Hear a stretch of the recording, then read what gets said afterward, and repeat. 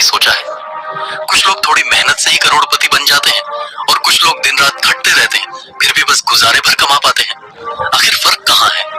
क्या ये किस्मत का खेल है? नहीं, ये फर्क है सोच और नीति का। आज मैं आपको आचार्य चाणक्य की ऐसी धन नीति बताने वाला हूँ जो आपकी सोच बदल देगी। तो इस वीडियो को आखिर तक जरूर देखना। तक्षशिला के गुरुकुल में एक बार चाणक्य अपने शिष्यों को नीति पढ़ा रहे थे।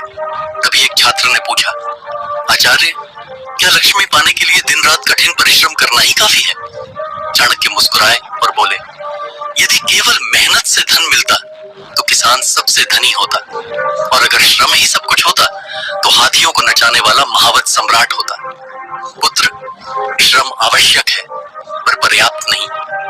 लक्ष्मी उसी के पास आती है जो सोचता है, अवसर पहचानता है और नीति से चलता है।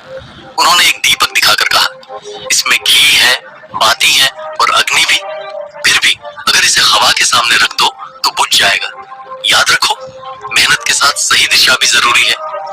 कुछ समय बाद मगध की राजधानी में सभा हुई। चाणक्य ने वहां कहा, धन पानी की तरह है, जहां गहराई और शुद्धता हो वहां ठहर जाता है, जहां लालच और भ्रम हो वहां बह जाता है। उन्होंने किसानों से कहा, केवल खेत में पसीना बहाने से फसल नहीं मिलती, सही समय और सही बीज की समझ ही परिणाम लाती है। व्यापारियों से कहा, दिन भर दुकान खोलना व्यापार नहीं, लाभ उसे मिलता है जो मांग और अवसर को पहचानता है। एक व्यापारी ने पूछा, आचार्य, मेरी मेहनत के बावजूद धन क्यों नहीं टिकता?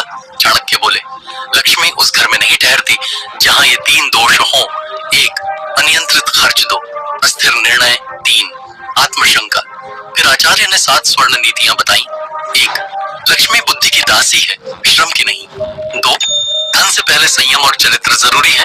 तीन, खर्च करने की नीति कमाने से बड़ी है। चार, समय सबसे बड़ा धन है। 5, ज्ञान में निवेश सबसे बड़ा निवेश है। 6, अवसर को पहचानो और पकड़ो। 7, धन रोकने और बढ़ाने की कला सीखो। अंतिम मंत्र, चाणक्य ने कहा, जो सिर्फ परिश्रम करता है वह रथ का पहिया खींचता है, लेकिन जो सोचता है वही रथ पर सवार होता है। याद रखो, धन मेहनत से नहीं, बुद्धि से प्रसन्न होता है।